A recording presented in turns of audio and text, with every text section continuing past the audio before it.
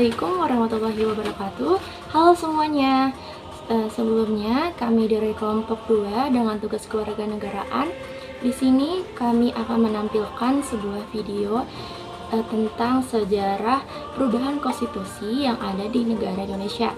Sebelum memulai, saya izin memperkenalkan terlebih dahulu. Saya Selvi Amanda dari kelas Kimia A dengan NIM 13067623011 dan berikut adalah teman-teman saya. Halo semua, perkenalkan nama saya Vinanda Indra Pratama dengan NIM 13067236066 dan saya dari Kimia A 2023. Halo semua, nama saya Rasika Ulhak dengan NIM 13076230055. Saya dari Kimia A 2023. Assalamualaikum warahmatullahi wabarakatuh. Perkenalkan nama saya Mazata Tijani dari kelas Kimia A 2023 dengan nomor induk mahasiswa 13076230029. Halo semuanya, nama aku Cynthia Winatri dari kelas Kimia A tahun 2023 dengan NIM 13076230001. Assalamualaikum warahmatullahi wabarakatuh. Halo semua, nama saya Almira Taira Hasna dengan NIM 13076230012 dari kelas Kimia B. Halo semua, perkenalkan nama saya Risa Putri Hidayat dengan NIM 13076230062 dari kelas Kimia A 2023. Halo semua, perkenalkan nama saya Ana Gustadi Sutisna dengan NIM 13076230043 dari kelas Kimia A 2023. Halo semua, perkenalkan nama saya Anissa Mulyana dengan NIM 13076230008 dari kelas Kimia B 2023. Konstitusi itu apa sih? Konstitusi itu adalah sebuah hukum dasar yang menjadi landasan dalam penyelenggaraan sebuah negara.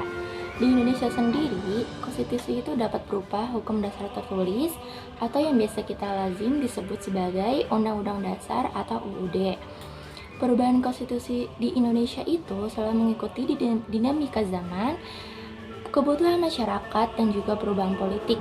Setiap perubahan itu selalu memiliki urgensi tersendiri dalam memastikan negara berjalan sesuai dengan prinsip-prinsip yang diamanatkan oleh konstitusi itu. Nah, sejarah perubahan konstitusi di Indonesia itu ada beberapa demokrasi. Yang pertama itu ada demokrasi parlementer pada tahun 1945 sampai 1959. Yang kedua itu ada demokrasi terpimpin, yaitu pada masa 1959 sampai 1965. Yang ketiga itu ada demokrasi Pancasila, yaitu pada masa 1965 sampai sekarang. Dan yang terakhir ada demokrasi masa transisi, yaitu pada tahun 1949 sampai sekarang. Nah, untuk lebih jelasnya akan disampaikan oleh teman-teman kelompok saya. Silakan disimak. Sejarah demokrasi parlementer di Indonesia dapat ditelusuri sejak tahun 1950 ketika Natsir terpilih sebagai Presiden Menteri. Dengan menganut Undang-Undang Dasar Sementara atau yang bisa disebut dengan UUDS tahun 1950, masa demokrasi parlementer berlanjut hingga 9 tahun kemudian. Ada 7 kabinet yang terdapat pada demokrasi parlementer, yaitu Kabinet Juanda, Kabinet Sukiman, Kabinet Wilopo, Kabinet Ali Sastro Mijojo, Kabinet Burhanuddin, Kabinet Ali Sastro Mijojo II, dan yang terakhir adalah Kabinet Juanda. Kabinet Juanda yang memerintah Indonesia pada periode 1957 sampai 1959 mengalami banyak masalah. Sejumlah pemberontakan terjadi di daerah-daerah, termasuk Permesta, juga percobaan pembunuhan terhadap Presiden Soekarno dalam tragedi Cikini. Singkatnya, masa demokrasi parlementer, terutama saat dipegang Kabinet Juanda, membuat keadaan politik Indonesia tidak stabil. Itulah yang menjadi cikal bakal sekaligus latar belakang demokrasi parlementer dibubarkan. Hal tersebut akhirnya terselesaikan setelah Presiden Soekarno mengeluarkan dekret Presiden pada 5 Juli 1959. Menurut dekret tersebut, Dewan Konstituante dibubarkan dan Indonesia kembali ke UUD 1945 alias meninggalkan Undang-Undang Sementara tahun 1950. Selain itu, dibentuk juga Majelis Permusyawaratan Rakyat Sementara atau yang bisa disebut dengan MPRS dan Dewan Pertimbangan Agung Sementara DPAS. Demokrasi liberal yang sebelumnya sudah membawa kekacauan terhadap stabilitas pemerintahan akhirnya digantikan dengan sistem demokrasi terpimpin yang berlaku sejak 1999 hingga 1965. Namun, seiring waktu, demokrasi parlementer melahirkan dampak negatif. Kekurangan sistem demokrasi parlementer yang nyata terlihat setelah beberapa tahun adalah menimbulkan persaingan yang tidak sehat. Ciri-ciri demokrasi parlementer yang kedua yaitu kekuasaan eksekutif. Kekuasaan ini terletak pada Perdana Menteri dan Kabinet. Yang ketiga, kekuasaan legislatif berada di tangan parlemen atau DPR. Yang keempat, kabinet bertanggung jawab. Perdana Menteri harus melaporkan tanggung jawabnya kepada DPR.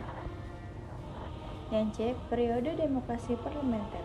Masa ini juga dikenal sebagai demokrasi liberal karena mengikuti prinsip-prinsip liberal. Yang kedua, berlangsung dari 17 Agustus 1950 hingga 6 Juli 1959. Demokrasi parlementer merupakan salah satu babak penting dalam sejarah politik Indonesia yang membentuk landasan bagi sistem demokrasi yang lebih luas dan inklusif di masa depan. Sejarah singkat mengenai demokrasi terpimpin. Demokrasi terpimpin adalah sistem pemerintahan yang diterapkan di Indonesia pada periode 1959 hingga 1965. Berikut adalah sejarah singkat dan latar belakangnya. Yang pertama, lahirnya demokrasi terpimpin. Sebelumnya, Indonesia mengalami masa demokrasi liberal pada tahun 1950 sampai 1957 yang dianggap tidak efektif karena seringnya pergantian program kerja kabinet. Pada 5 Juli 1959, Presiden Soekarno mengeluarkan dekret presiden sebagai upaya mengatasi kemacetan politik dan mencari jalan keluar. Dekret presiden menandai dimulainya era demokrasi terpimpin. Salah satu ciri-ciri demokrasi terpimpin yang pertama, kepala negara adalah Presiden Soekarno. Sejarah singkat demokrasi Pancasila.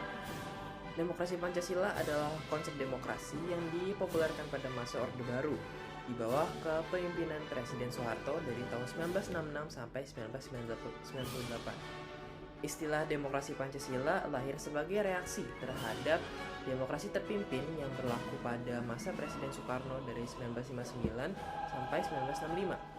Berikut ini adalah sejarah singkat dan latar belakang demokrasi Pancasila. A. Lahirnya demokrasi Pancasila. Sebelumnya, Indonesia ini mengalami masa demokrasi liberal pada tahun 1950 sampai 1957 yang dianggap tidak efektif karena seringnya pergantian program kerja kabinet. Pada 5 Juli 1959, Presiden Soekarno mengeluarkan dekret presiden yang menandai dimulainya era demokrasi terpimpin. Setelah peristiwa gerakan 30 September 1965, pengaruh Soekarno dan Orde Lama mulai meluruh. Orde Baru lahir dan demokrasi terpimpin mendapat penolakan keras. B. Demokrasi Pancasila. Demokrasi Pancasila dianggap sesuai dengan filsafat dan tradisi masyarakat di Indonesia. Menurut Nugroho Noto Susanto, demokrasi Pancasila adalah kerakyatan yang dipimpin oleh hikmat kebijaksanaan dalam permusyawaratan perwakilan yang berketuhanan yang Maha Esa, yang berperi kemanusiaan yang adil dan beradab, yang mempersatukan Indonesia dan yang berkeadilan sosial bagi seluruh rakyat Indonesia. Meskipun dalam penerapannya selama Orde Baru, demokrasi Pancasila tidak selamanya berjalan dengan lancar, konsep ini tetap menjadi bagian yang penting dalam sejarah politik Indonesia. B. Proklamasi Reformasi yang dimulai pada tahun 1998. Era ini ditandai dengan krisis ekonomi dan politik pada akhir 1900-an yang memicu protes dan demonstrasi besar-besaran. Kemudian, pada tanggal 21 Mei 1998, Presiden Soeharto mengundurkan diri karena mendapat tekanan dari masyarakat dan mahasiswa. Pada era reformasi ini, reformasi mulai dimulai, membuka jalan bagi perubahan menuju demokrasi yang lebih inklusif. Era reformasi ini adalah fase demonstrasi yang kembali ke prinsip dasar demonstrasi, seperti adanya pemilu secara langsung dan hak-hak dasar warga negara lebih terjamin. Demokrasi masa transisi merupakan periode krusial dalam sejarah Indonesia, di mana perubahan politik dan sosial membentuk landasan bagi demokrasi yang lebih luas dan partisipasi. Sejarah singkat demokrasi masa transisi. Demokrasi masa transisi merujuk pada periode yang menghubungkan Orde Baru berkisar tahun 1966 sampai dengan 1998 dengan era reformasi sejak 1998. Berikut adalah ringkasan sejarah demokrasi masa transisi di Indonesia. 1. Runtuhnya Orde Baru yang berkisar pada tahun 1966 sampai dengan 1998. 2. Setelah gerakan 30 September atau G30S 1965, Jenderal Soeharto mengambil alih kekuasaan dan memimpin Orde Baru. 3. Pada masa ini, demokrasi terbatas dan otoriter, tetapi perubahan sudah mulai terjadi. A. Transisi menuju demokrasi. Antara 1966 sampai dengan 1998 terjadi masa transisi menuju demokrasi. 2. Institusi politik dan aturan politik baru diperkenalkan di bawah payung demokrasi.